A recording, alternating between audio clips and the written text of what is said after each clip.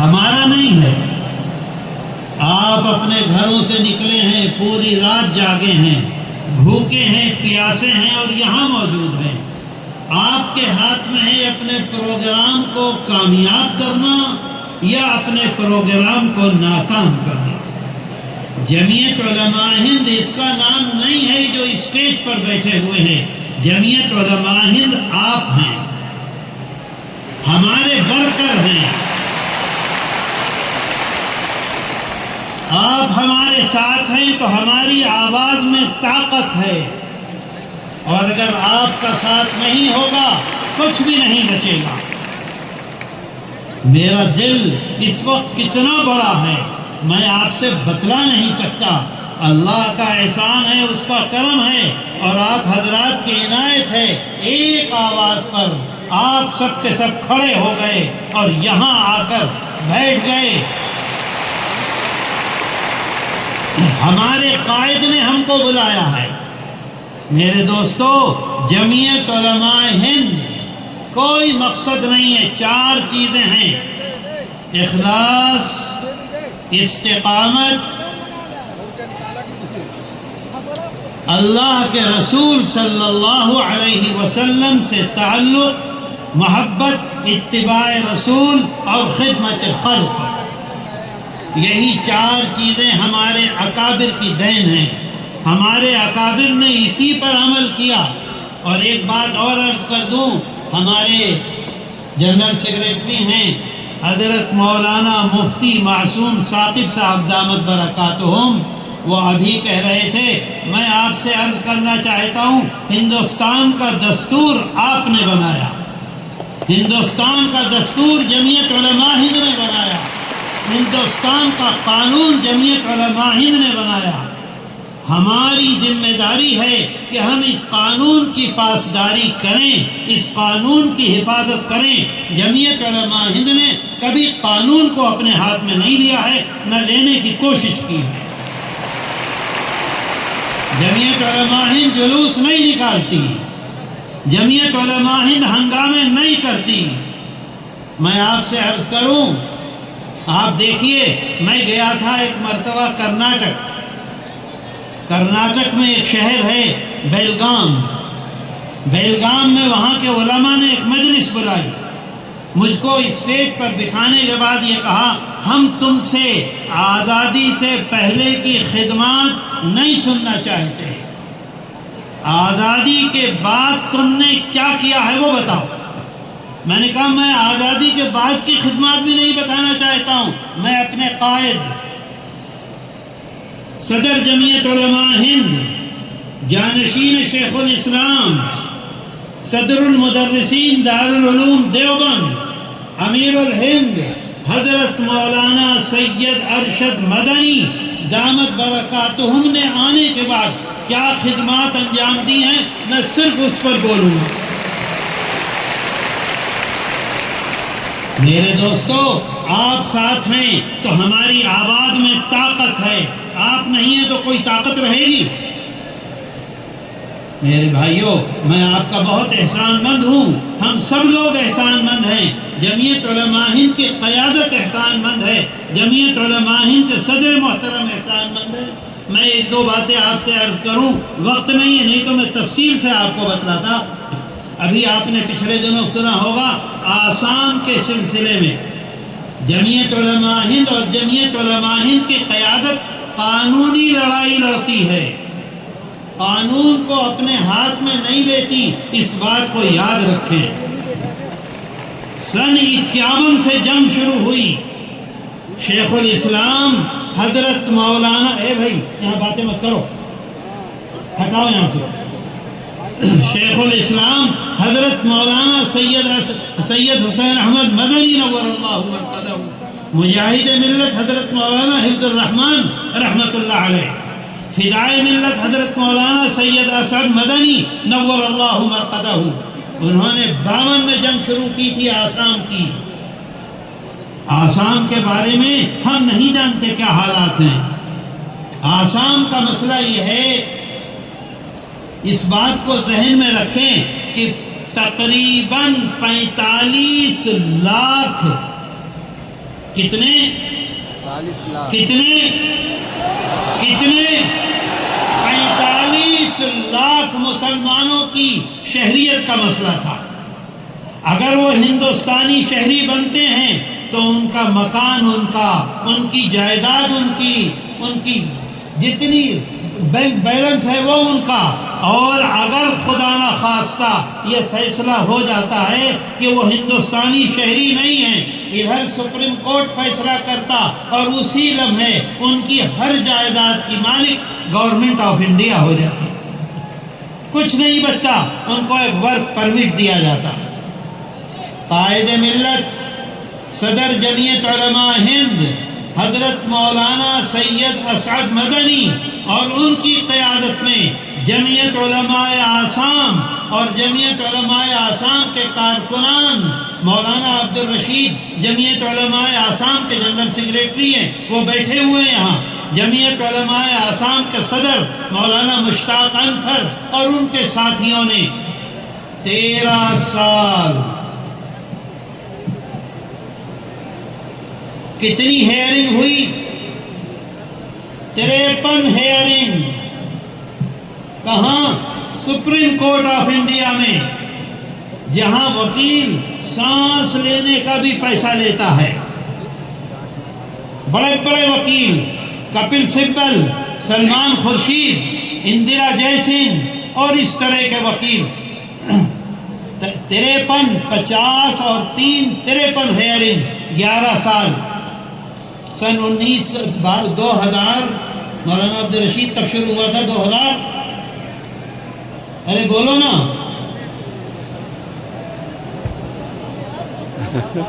2013 میں، 2012 میں شروع ہوا، لڑتے لڑتے لڑتے لڑتے دسمبر 2023 میں آخری ہیئرنگ ہوئی۔ حضرت صدر محترم نے دونوں ہاتھ کھول دیے، ان کے ساتھیوں نے دونوں ہاتھ کھول دیے۔ اس کا ڈر نہیں ہوا کہ گورنمنٹ کیا کرے گی، گورنمنٹ کے مقابلے پر آئے۔ اللہ کا احسان ہے، اس کا کرم ہے، شکر ہے۔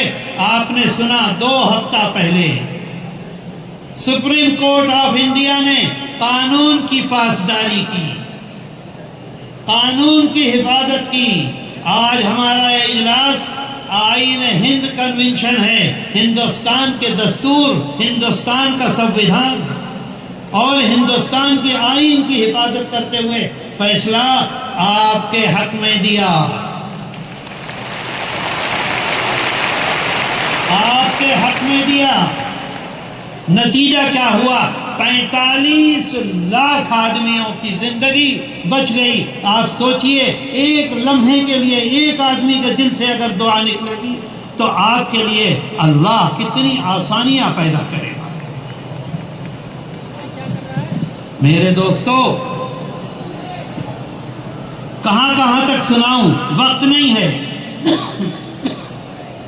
آپ اس بات کو یاد رکھیے، اگر ہندوستان میں مدارس ہیں تو ہماری مسجدیں آباد ہیں، مدارس ہیں تو ہمارا قرآن محفوظ ہے، مدارس ہیں تو ہمارے جنازے کی نمازیں محفوظ ہیں، مدارس ہیں تو ہماری داڑھیاں محفوظ ہیں، مدارس ہیں تو ہمارے بچوں کا ایمان محفوظ ہے۔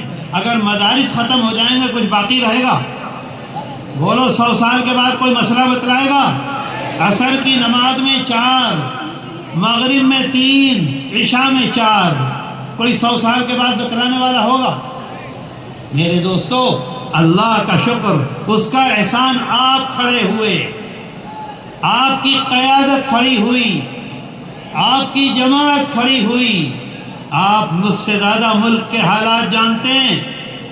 سپریم کورٹ میں پہنچ گئے اور سپریم کورٹ سے جا کے، یہ بچہ موجود ہے، یہاں ہو، چلو جلدی سے، یہ میرا پوتا ہے کعب، اس نے اس سلسلے میں بہت محنت کی، تیار کیا، کیا کہتے ہیں اسے تیار کیا جاتا، PIL، ساری چیزیں تیار کی، اس کے ساتھیوں نے تیار کی، حضرت صدر محترم کے حکم پر تیار کی۔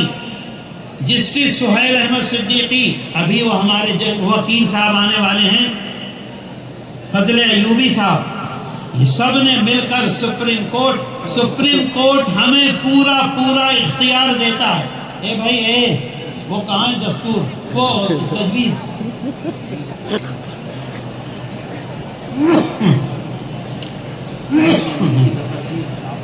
میں کرتا ہوں، 1 منٹ.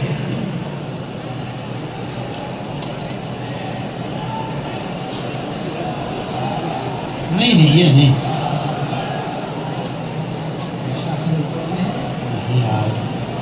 ہاں اس میں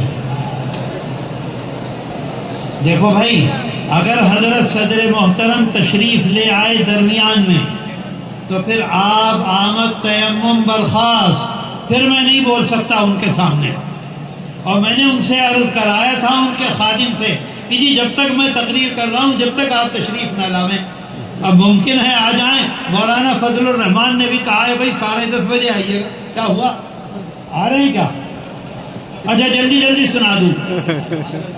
دیکھیے آپ ذرا غور سے سنیے، ایک ساتھ یکسوئی کے ساتھ دیکھیے. جمعیت علماء ہند نے کیا چیز، دفعہ 25 26 دستور ہند، آئین ہند کی دفعہ، بس اتنا سناؤں گا، 4 لائنیں. آپ کو اس سے اندازہ ہوگا، آپ کے اندر طاقت آئے گی، آپ کے اندر قوت آئے گی.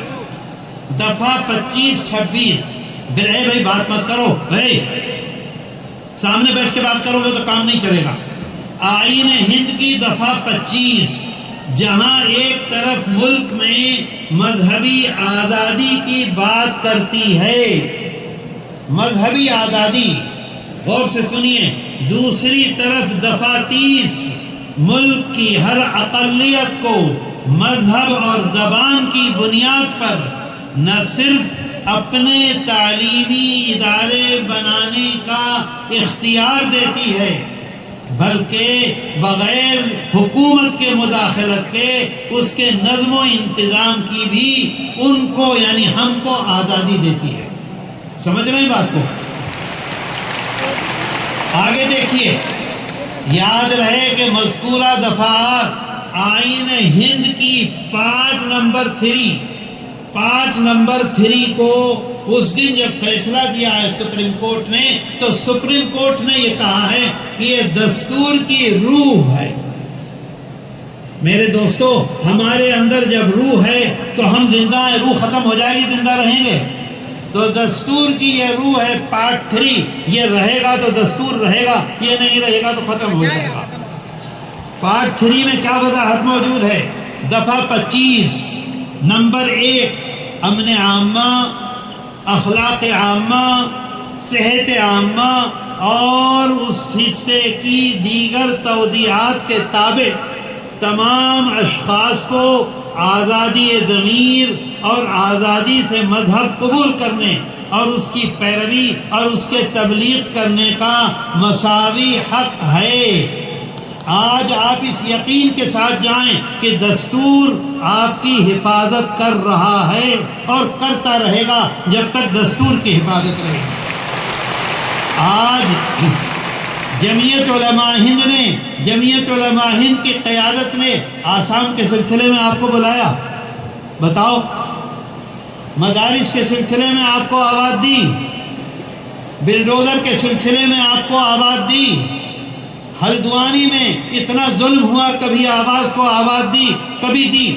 آج آپ کو قیادت آواز دے رہی ہے. جمعیت علماء ہند کے صدر محترم آواز دے رہے ہیں، کیونکہ آج دستور کی حفاظت کا مسئلہ ہے. دستور موجود ہے تو ہم موجود ہیں. دستور ختم ہوگا، ملک ختم ہو جائے گا. میرے دوستو، ملک کی آزادی جمعیت علماء ہند کی دین ہے. میں آپ سے بتاؤں، گاندھی پیس فاؤنڈیشن کے چیئرمین ہوتے تھے ہمیشہ.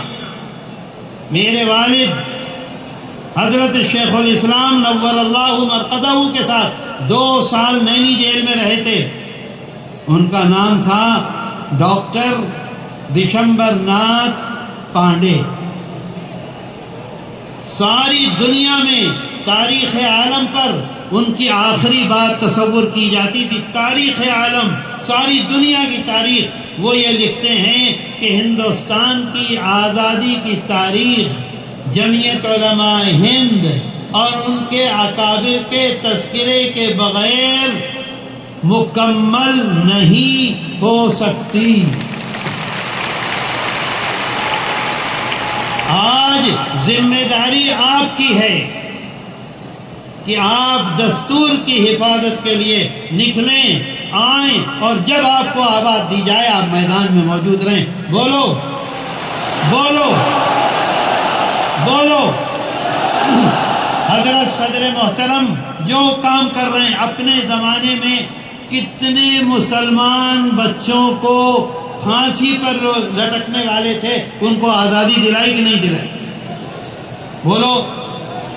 کتنے لوگ آسام میں لاکھوں لاکھ لوگ برباد ہونے والے تھے، ان کی حفاظت کی کہ نہیں کی؟ بیٹھے بیٹھے بلڈوزر کو چلا کے برباد کر دیا جاتا تھا، بلڈوزر کے سلسلے میں حفاظت کی کہ نہیں کی؟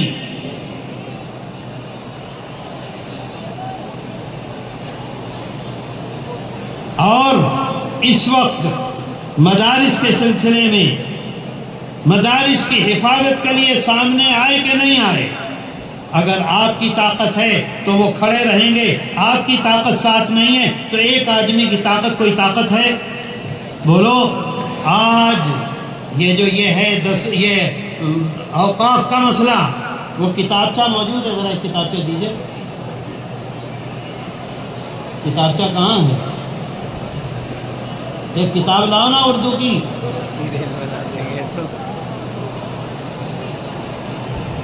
جلدی سے لے آؤ، شاباش۔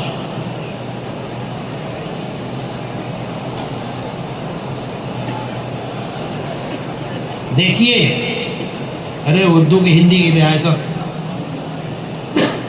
جمعیت علماء ہند اوقاف کے سلسلے میں 100 سال سے میدان میں ہے، 100 سال سے، اور سن 1954 50 اور 1 54۔ اے بھائی میرا موبائل کہاں؟ میرا موبائل دیکھیے، سن 54 میں اوقاف کا جو قانون بنا ہے اس کو میں سناتا ہوں آپ کو۔ بورڈ کی تشکیل وہ تو ہو گئی، سن لیجئے۔ یہ مت سمجھیے گا کہ آج پہلے دن جمعیت علماء ہند، اس کی قیادت، اس کے اکابر اور صدر محترم نے پہلا قدم اٹھایا، نہیں۔ 100 سال سے سن 1923 سے سن 2024 ہے۔ دیکھیے، سن 54 میں آزادی کے بعد جو قانون بنا ہے اس میں لکھا ہوا ہے اراکین کی تقرری۔ اسے سنیے غور سے تاکہ آپ کے سمجھ میں بات آئے۔ آپ یہاں سے جائیں تو سر اٹھا کر جائیں، سینہ چوڑا کر کے جائیں، آواز میں مضبوطی ہو۔ آج پہلا دن نہیں ہے، 100 سال سے ہماری جماعت، ہماری قیادت اوقاف کی حفاظت میں کوشش کر رہی ہے۔ دیکھیے، سن 54 کا جو ہے اس میں لکھا ہوا ہے اراکین کی تقرری۔ سن لو بھائی، تالی مت پیٹو۔